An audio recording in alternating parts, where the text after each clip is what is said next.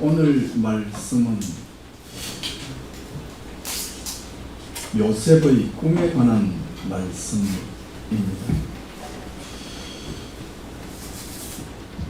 요셉의 아버지 야곱이 그의 아들 요셉을 편애함으로 인해서 위로 있는 10명의 배다른 형들이 요셉을 미워했던 이야기입니다. 특별히 그 가운데서 요셉의 배다른 형들이 요셉이 꾼 꿈 때문에 더 요셉을 미워했다 하는 그런 내용이 오늘 본문에 나와 있습니다. 그래서 저는 이런 본문을 가지고 신앙생활이라고 하는 것은 꿈을 성화시키는 것이다 라는 주제로 말씀을 드리고자 합니다. 먼저 오늘 본문에서 어떻게 신앙생활이란 꿈을 성화시키는 과정이나 는 주제를 삼을 수 있었는지 잠시 살펴보도록 하겠습니다. 오늘 본문의 이 핵심 구절은 아마도 37장 5절 말씀이라 그렇게 생각됩니다. 요셉이 꿈을 꾸고 자기 형들에게 구하며 그들이 그를 더욱 미워하였더라 하는 말씀입니다. 그래서 이 5절을 보면 요셉이 꿈을 꾸고 형들에게 이야기했는데 그 결과가 어떻게 되었느냐? 그 형들이 요셉을 더 미워했다는 것입니다. 그러니까 다시 생각해 보면 이런 요셉이 꿈을 꾼 것에 대하여 형들이 요셉을 더욱 미워했다고 할 때 생각할 수 있는 것은 만약에 요셉이 꾼 꿈이 건강하고 좋은 꿈이었다고 하면, 성숙한 꿈이었다고 하면 배다른 형 10명이 그로 인하여 요셉을 더욱 더 미워할 이유가 없을 것입니다. 그런데 요셉의 꿈에 대하여 형들 10명이 더욱 요셉을 미워하였다고 하는 것은 이 요셉이 꾼 꿈이 인간의 냄새가 진동했기 때문이죠. 죄의 냄새가 났다는 것입니다. 그래서 요셉의 형들 10명만이 아니라 그의 아버지도 이 요셉의 꿈의 이야기를 듣고 마음이 불편할 수밖에 없었던 것입니다. 그러나 오늘 본문 읽은 내용 다음의 내용을 보면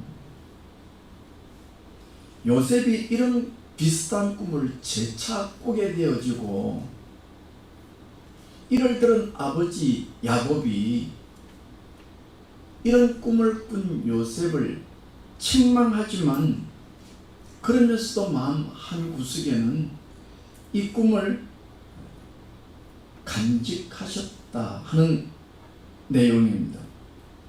다시 말하면 아버지 야곱이 생각할 때 요셉이 꾼 꿈은 단순한 꿈이 아니다, 개꿈이 아니다는 것이죠. 어쩌면 하나님이 주신 꿈일 수도 있다라는 것을 소위 느낌으로 알게 된 것이죠. 그래서 그 아비 야곱이 요셉의 꿈을 보면서 그 어린 아들이 철이 없어서 그 꾼 꿈이 죄로 인해서 얼룩지고 상한 그런 꿈이지만 그럼에도 불구하고 그 속에는 모종의 하나님의 어떤 뜻이 있을 수 있다, 그렇게 짐작한 것입니다. 따라서 이런 꿈을 꾼 요셉은 자신의 이기심과 죄악으로 얼룩진 그 꿈을 통해서 하나님이 자신에게 심겨주신 하늘의 비전을 성취해 나가는, 다시 말하면 자신의 꿈을 하나님의 비전으로 성화시켜 나가는 사명이 있다는 것입니다. 그래서 오늘 설교의 주제를 신앙생활이라고 하는 것은 꿈을 성화시키는 과정이다 라고 정한 것이고 말씀을 드리고자 하는 것입니다.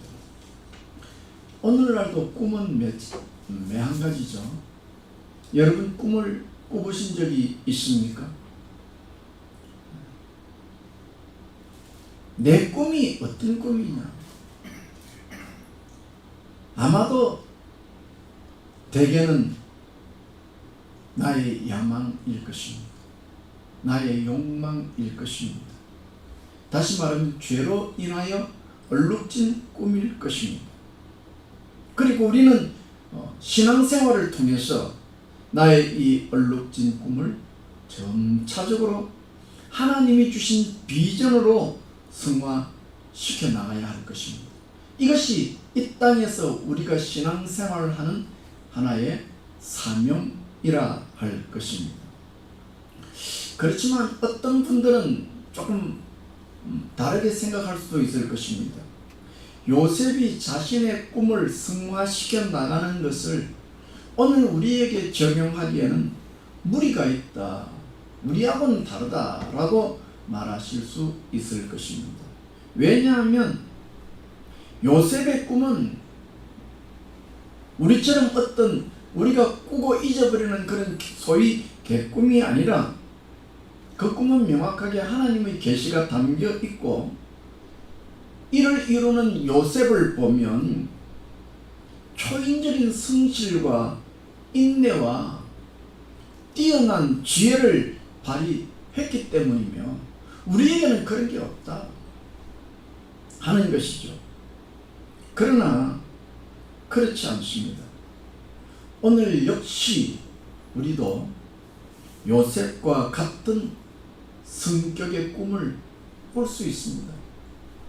어젯밤에 꾼 꿈, 아침에 잊어버리는 꿈도 있지만 평생에 잊지 못하는 명료한 꿈, 그런 것들이 있고, 이것을 통해서 하나님의 주신 목적과 사명을 깨닫고 살아가는 삶은 요셉과 별로 다를 바가 없을 것입니다.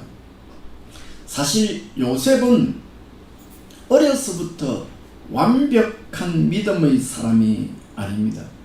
물론 성경을 보면 요셉의 아버지 야곱, 또는 야곱의 아버지 이삭, 이삭의 아버지 아브람, 이 아브람, 이삭, 야곱 내려오는 이들 믿음의 조상들처럼 창세기를 보면 그들의 죄성이 자세하게 기록된 것은 없습니다. 요셉에게 있어서.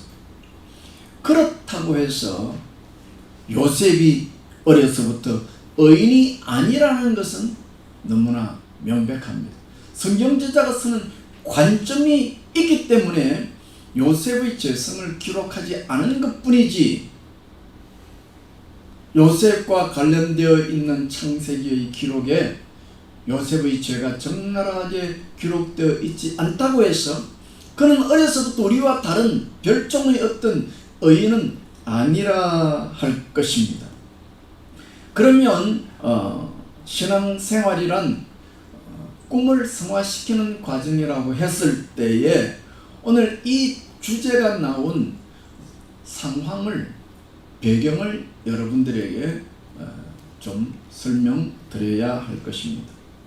우리말에 그 부모를 알면 그 자식을 안다 하는 말이 있죠. 그 자식을 보면 그 부모를 안다 했지 않습니까? 그러니까 요셉을 알려고 하려면 요셉의 아버지 야곱을 알면 그 특징이 너무 쉽게 풀리는 거예요.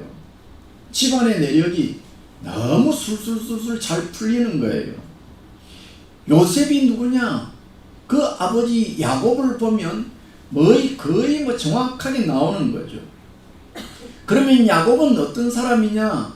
지난 주일 말씀드린 것처럼 야곱은 어릴 적에 엄마의 치마폭에 쌓여 살았던, 유난히도 엄마의 손길을 많이 탄 사람이 야곱입니다. 그렇지만 이 야곱은 어린 시절 어쩔 수 없이 엄마의, 그 사랑하는 엄마의 품을 떠나야 되잖아요. 도망치잖아요. 그리고는 영원히 어머니를 못 만나요. 비극 중에 비극이죠. 참 이 야곱 마음속에 상처가 많았을 것입니다. 전형적으로 야곱은 엄마를 잃은, 그리고 엄마의 사랑을 갈구하는 굶주린 전형적인 사람이었습니다. 그러면 야곱의 아들 요셉은 어떻습니까? 요셉 역시 어린 시절 엄마를 잃었습니다. 그러니까 요셉과 야곱의 공통점이 뭐냐? 어린 시절 어머니를 잃어버렸다는 것입니다. 그래서 요셉의 아버지 야곱이 요셉을 볼 때마다 자꾸 자기의 어린 시절, 자기가 엄마를 잃어버렸던 그 어린 시절이 자꾸 연상되어지는 겁니다. 그러다 보니 야곱은 자기도 모르게 자기의 어린 시절을 생각하게 하는 요셉을 끌어안게 되어지고 과잉보호하게 되어지고 무지무지하게 보살피기 시작합니다.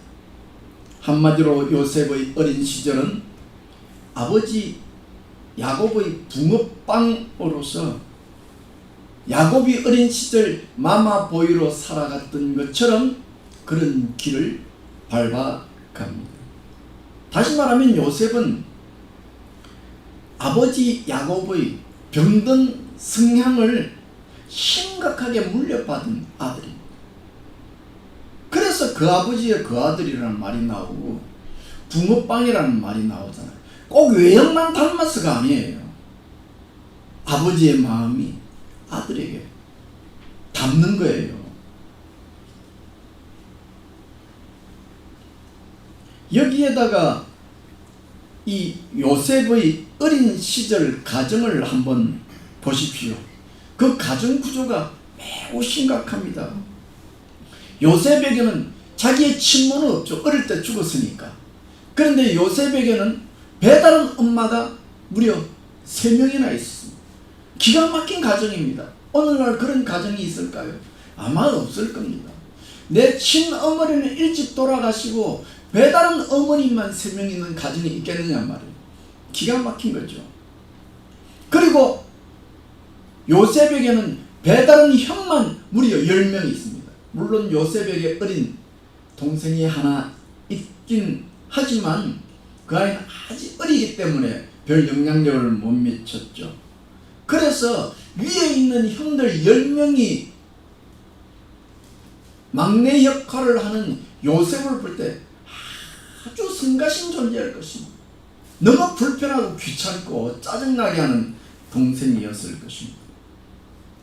그런데 이런 환경 속에 자기의 어머니는 없이 배다른 어머니만 3명이고 배다른 형 10명이 덕달같이 있는 그런 가정 속에서 요셉이 살아간다는 것이 얼마나 이게 구조가 이상합니까? 이게 정말로 기가 막힌 가정이죠. 그런데 그런 가정 속에서 요셉이 살아갈 수 있는 구조는 아버지 야곱이 딱 버티고 서 있더라는 것입니다. 야곱이 그 아들 요셉을 과잉보호를 할 수밖에 없는 구조가 되어 있다는 것이죠. 그래서 이 요셉은 위에 형들 10명의 등살에 힘들어하지만 살아갈 수 있는 길이 하나 있는데 그게 뭐냐니까 형들이 자기를 해코지라면 넉 달같이 아버지에게 가서 고자질하면 돼요. 아버지 둘째 형이 어쨌더래요. 그러면 아버지가 달라서 이놈의 새끼야 왜 요셉을 어떻게 했냐고 막 야단치니까. 그래서 요셉은 위로 배다른 어머니가 3명, 배다른 형들이 10명이나 있는 말도 안 되는 이 가정의 구조 속에 살지만 살아갈 수 있었던 힘은 아무리 형들이 많고 힘이 세어도 그 형들을 무릎 꿇을 수 있는 힘이 있었는데 그것은 뭐냐니까 아버지에게 일러만 주면 형들은 그냥 무릎을 꿇을 수밖에 없었어요. 그래서 요셉의 세계는 자기 중심적인 자기가 최고예요. 저도 막내잖아요. 저도 7남매 가운데 막내인데 막내로 살아봐서 지금은 전부 다 아이들이 겨우 1명 낳고 많아도 2명이니까 뭐 이런 가족의 어떤 가계도를 보면서 장남과 차남의 무슨 셋째와 넷째의 차이점을 연구할 상황이 지나가 버렸지만 저 때만 하더라도 그런 것이 한참 유행할 때였고 저도 막내로 살았기 때문에 막내의 기질, 특징을 나름 이해합니다. 막내가 어떻느냐? 한마디로 이기적이에요. 장녀는 희생하잖아요. 그죠? 아버지를 대신해서, 어머니를 대신해서.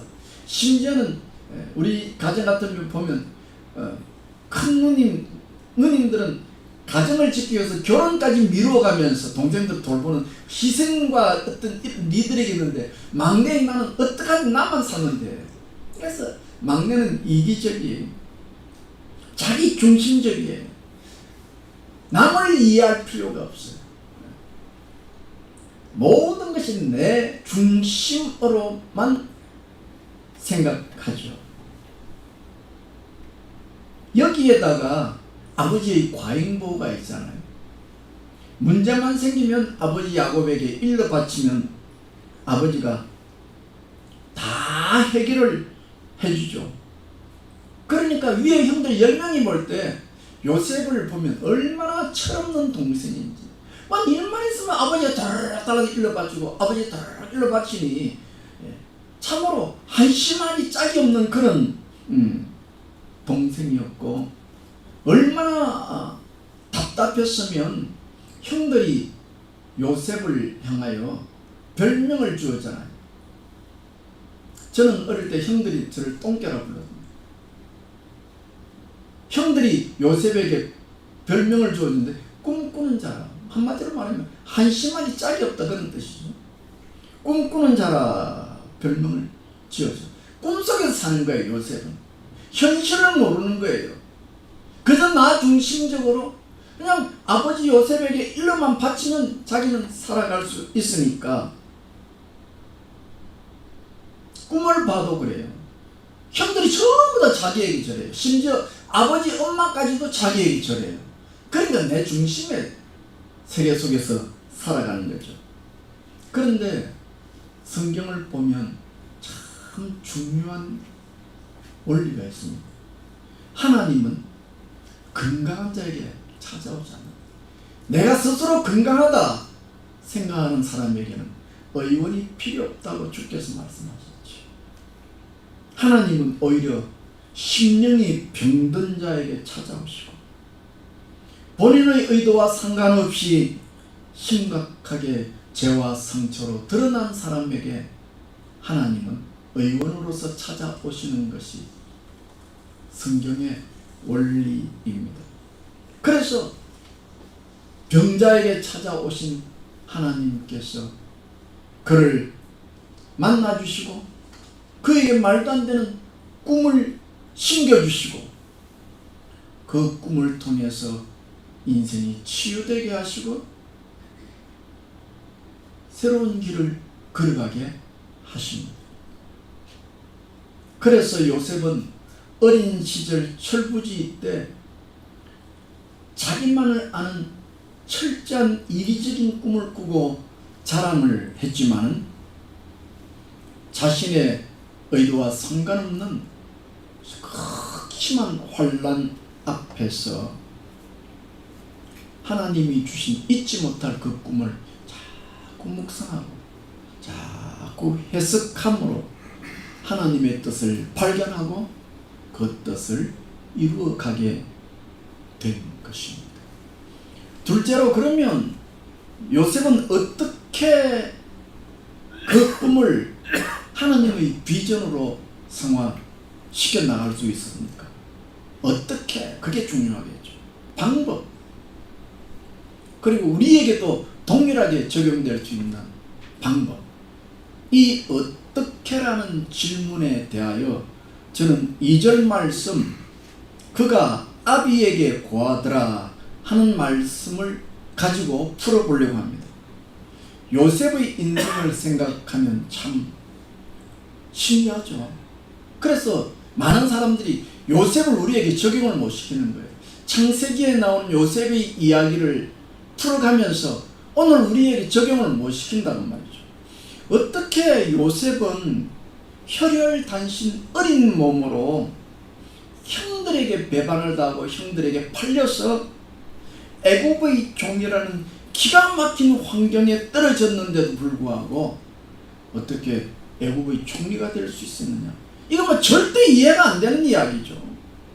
그 힘든 과정, 그 어린 시절 형에게 팔려서 종으로 팔려나가서 애굽에서 종으로 살아가면서 그 힘든 과정들을 무슨 힘으로 버텨내었으며 이겨내었으며, 우리 생각 같으면 요셉은 폐인이 되어도 수천 번 폐인이 되고도 남아야 할 사람이지, 평생 가슴에 상처를 안고 형들이 나를 팔아먹었다, 남도 아닌 형들이 나를 종으로 팔아먹었다는 그 큰 상처를 부둥켜 안고 아마도 오늘날 같으면 자살을 해도 수천 번 자살을 했을 것이고, 아마도 어쩌면 대낮에 칼들을 들고 형들을 향해서 죽인다고 달려드는 그런 살인마가 되었어도 수천 번 살인마가 되었을 그 요셉이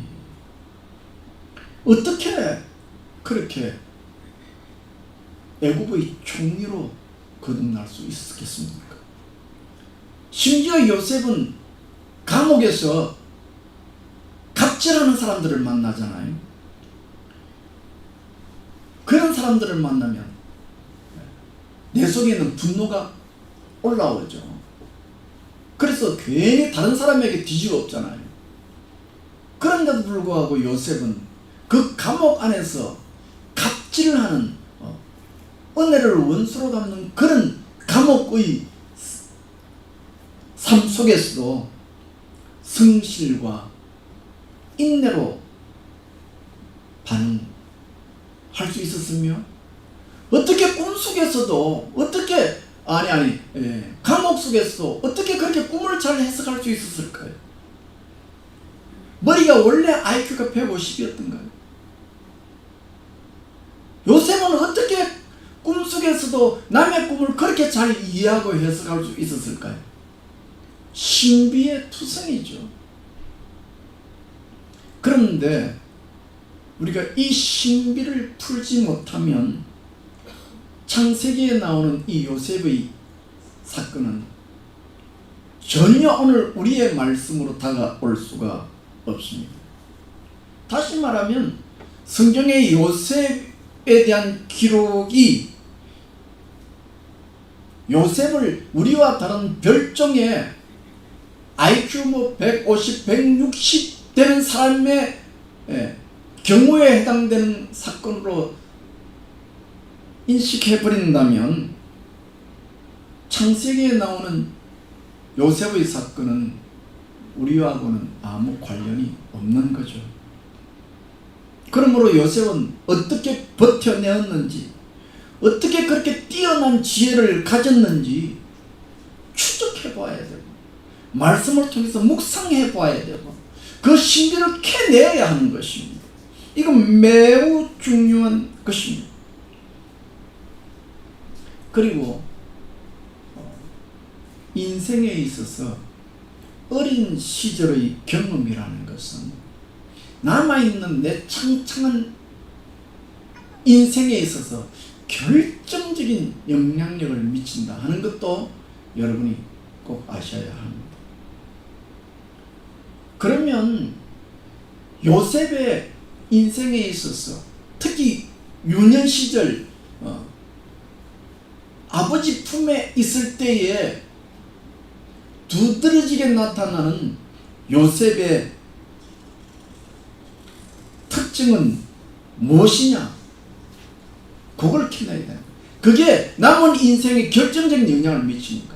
우리가 다 그렇습니다. 내가 어린 시절 가지고 있던 아주 중요한 특성, 그것이 내 삶 전체를 좌우할 수 있다. 그러므로 요셉에게 있어서 그 훗날 애굽의 종으로 가서 일약 애굽의 총리로 드러날 수 있었던 그 삶은 요셉의 어린 시절의 삶의 특징을 묵상해 보는데 초점을 놓아야 됩니다. 요셉의 어린 시절의 삶의 특징이 무엇이었습니까? 제가 두 번째 대절을 말하면서 어떻게 할 때 그 오늘 본문 나와 있는 말씀 제가 소개하면서 2절 말씀 했죠. 37장 2절 말씀 맨 뒤에 보면 아비에게 고하더라. 고자질쟁이였단 말이에요. 형들이 괴롭힐 때마다 막 진짜 아버지 셋째가 어쨌대요, 넷째 형이 어쨌대요, 다섯째 형이 어쨌대요. 아버지한테 알려만 주고 고자질만 하면 아버지가 그냥 나타나서 벼락같이 그 형들을 야단치고 요셉을 끌어안고 보호했으니까요. 그게 요셉의 어린 시절의 특징이었고, 다시 말하면 요셉의 특징은 어린 시절 아버지와 요셉의 관계가, 야곱과 요셉의 관계가 참 좋았다. 아버지와 아들의 관계가 참 좋았다는 것입니다. 성도 여러분, 신앙생활을 해보시면, 저도 뭐 짧은 시간은 아니지만 경험을 해보면서 느끼는 특징을 발견해요. 신앙생활에 기복이 많은 분들이 있어요. 열심히 하네요. 열정적이에요. 근데 어느 날 푹 꺼져요. 그리고 또 열심을 해도 또 푹 꺼져. 이렇게 신앙에 기복이 심한 사람들의 특징이 무엇인 줄 아십니까? 다는 아니지만 그것을 캐들어가면 거기에는 어린 시절 본인과 아버지의 관계가 원만하지 못했다는데 공통적인 특징을 찾을 수 있습니다. 다시 말하면 이 땅에 살 때 육신의 아버지에 대한 불편한 감정이 내가 장차 성인이 되어서 영적인 아버지인 하나님을 만나는 일에 상당히 장애물이 된다는 거예요. 내가 어린 시절 아버지에 대한 내 육신의 아버지를 통해서 아버지라는 개념이 부정적이거나 어그러지거나 좀 깨어진 부분이 있으면 내가 성인이 되어서 영적인 하나님을 만나는 일에 있어서도 역시 상당한 장애를 받는다 하는 것입니다. 그런데 요셉은 아버지 이삭과 관계가 참 좋았습니다. 요셉이 아버지에게 고하는 것마다 육신의 아버지 야곱은 다 들어주었습니다. 그런데 문제는 뭐예요? 그 아버지가 어린 시절 야곱과 요셉이 헤어지잖아요. 왜? 형이 요셉을 팔아서 애굽의 종으로 팔아먹어버렸기 때문에 요셉은 눈 멀리 뜨고 그 사랑하는 아버지를 잃어버린 거예요. 그렇다면 그 이후에 요셉은 어떻게 살아갔을까요? 여기에 대한 성경의 시원한 언급은 없습니다만은 인간의 특성을 생각해보면 명확한 답이 나오는 것이죠. 그리고 내가 만약에 요셉이라고 한다면 나는 어떻게 살아갈 것이냐를 쉽게 찾아낼 수 있는 것이죠. 앞에 말씀드렸잖아요. 요셉은 누구라고요? 야곱의 붕어빵이라고요. 그러니까 어릴 때 이 요셉은 아버지의 과잉보호 속에서 살았기 때문에 아버지의 붕어빵이었고 아버지의 붕어빵이라는 것은 외모를 닮았어가만이 아니라 성격이나 삶의 스타일이 닮았다는 거예요. 그래서 이 요셉의 아버지 야곱이 어떤 사람입니까? 노년이 되어서 여러분 젊은발이가 되잖아요. 그리고 가나안에서 흉년을 맞이해서 애굽으로 피난 오잖아요. 그러니 아버지로서 어떤 물질적인 기능은 많이 훼손되었을 것이고 형들이 아버지 역할을 했을 것입니다. 그 많은 형들이. 그러나 야곱은 노년에 어떻게 되어집니까? 가장 아름다운 모습이죠. 믿음의 조상이 되잖아요. 이스라엘 12지파의 아버지가 되잖아요. 그러니까 야곱은 어떤 경제적이나 이런 면에 있어서는 노년에 많이 잃어버렸을지 몰라도 영적인 아버지로서는 대단히 본받을 만한 그런 아버지가 되었죠. 야곱의 12아들이 전부 다 오늘날 말하면 목사가 다 된 거예요. 오늘날 말하면 대단한 분이단 말이에요. 그러니까 야곱의 특성, 하나님 앞에 툭하면 고하는 거죠. 그러니 요셉도 아버지에게 고해. 그리고 어린 시절 아버지에게 툭하면 고했던 거, 아버지가 다 들어주신 것을 경험했을 때 이 요셉이 아버지를 잃어버리고 애굽으로 종으로 살아갈 때 할 수 있는 방법이 뭐예요? 육신의 아버지를 잃어버린 요셉이 이제는 영적인 하나님에게 툭하면 고하는 거예요. 그게 붕어빵이야, 붕어빵. 툭하면 아버지에게 고했을 때 그 아버지 야곱이 응답해 주신 것을 기억하고 그 아버지 야곱도 역시 툭하면 하나님 앞에 기도했던 그 특성이 요셉에 그대로 내려가서 요셉이 홀로 어린 시절에 애굽의 종으로서 노예로서 그 기가 막힌 누명을 쓰면서도 어떻게 그렇게 올바르게 반응할 수 있었느냐? 툭하면 영적인 아버지에게 고해. 그리고 영적인 아버지에게 고할 때마다 신기한 일은 하나님께서 응답하시고 예상치 못하게 길이 열리고 풀리는 일이죠. 그것밖에 설명할 일이 더 없습니다. 그래서 요셉은 아무리 억울한 일을 당해도 참을 수 있어. 왜? 영적인 아버지에게 아뢰면 하나님께서 이상하게 길을 열어주시더라. 그래서 요셉은 아무리 힘들어도 성실히 살아갈 수 있었던 거예요.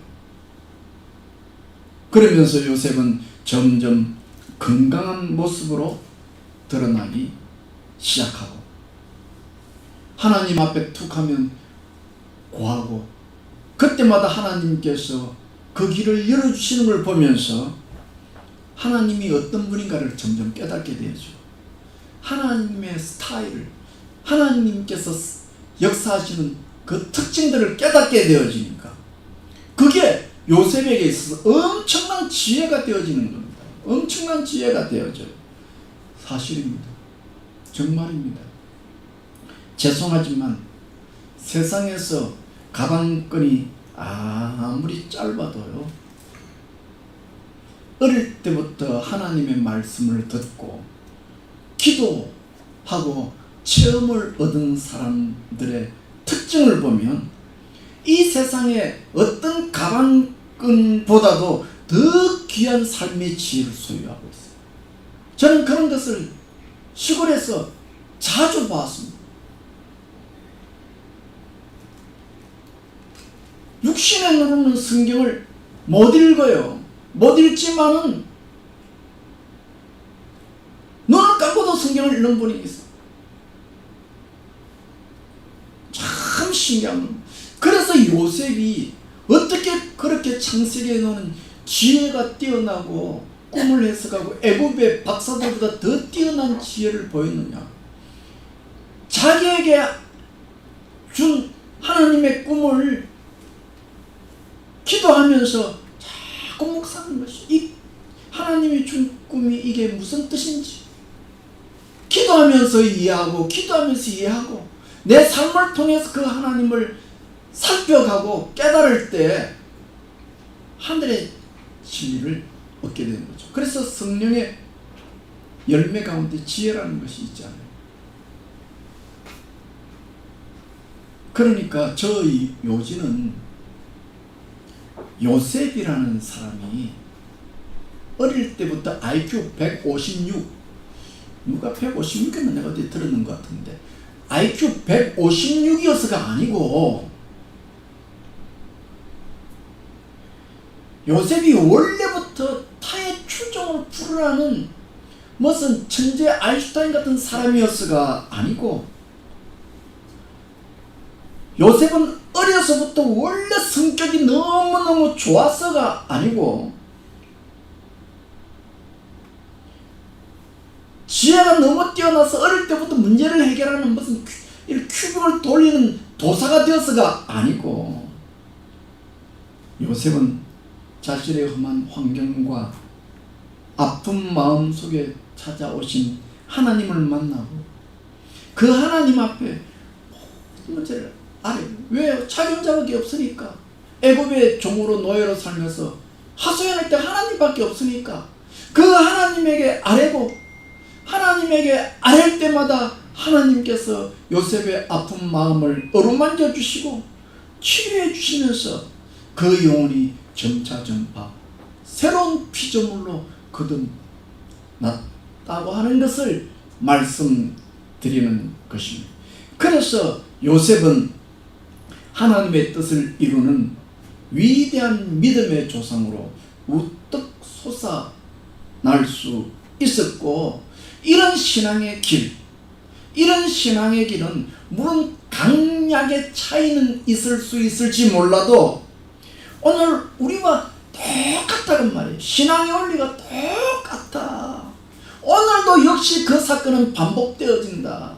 내가 비록 세상에서 비록 가방끈이 짧다고 하더라도 하나님에게 질문하고 하나님을 만나고 하나님을 통해서 성령의 치유함을 받고 그런 삶이 쌓이면 이 세상의 어떤 지혜자보다 뛰어난 삶을 살아갈 수 있고 하나님의 뜻을 해석하는 일에서 뛰어나다 하는 것이고, 오늘 제가 말씀드리는 말씀의 핵심이라 할 것입니다. 성도 여러분, 여러분에게는 어떤 꿈이 있습니까?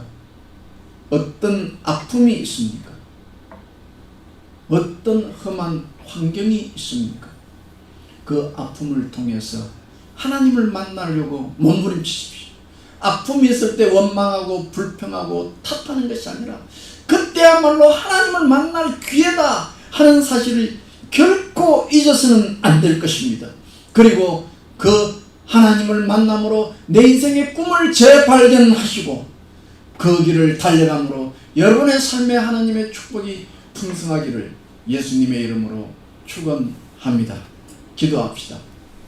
하나님 아버지, 건강한 자에게는 의원이 필요 없고 병든 자에게라야 의원이 필요하다는 말씀을 생각하며 마음에 감사를 담아 올립니다.